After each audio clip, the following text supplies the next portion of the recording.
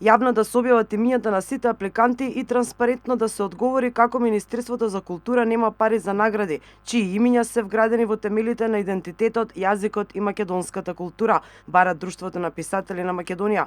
Годишните награди, чии имиња ги носат нашите великани, како и манифестацијата Празник на липите, нема да згаснат бидејќи првиот човек на друштвото верува дека институциите преку вложената жалба и судот на јавноста нема да дозволат тоа да се случи. Резултатите на конкурсот ги нарече скандалозни и спротивни на националниот интерес. Ние бараме, затоа што е тоа законска обврска.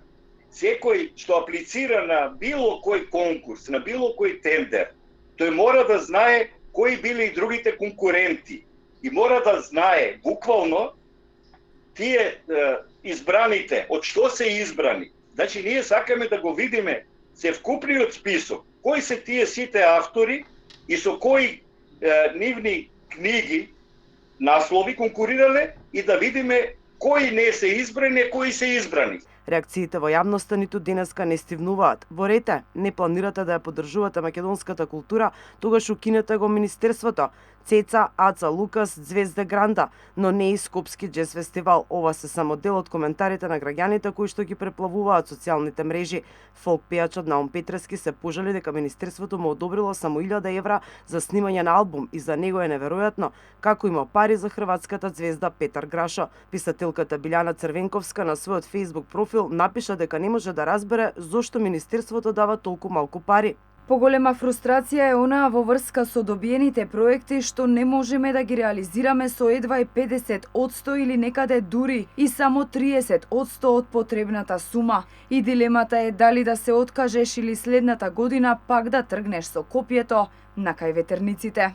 Диригентот Сашо Татарчевски пак на својот Facebook се обрати до сите уметници и колеги.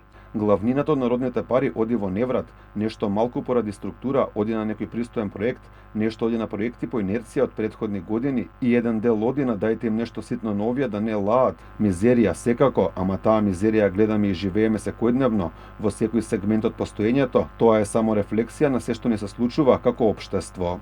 Додека уметниците се уште се соземаат од резултатите, премиерот и министерката не гледаат ништо спорно. Денеска премиерот Ковачевски посочи дека го цени трудот на секој уметник, но одговорите лежат кај комисиите. Ги повика сите незадоволни да го искористат правото на жалба.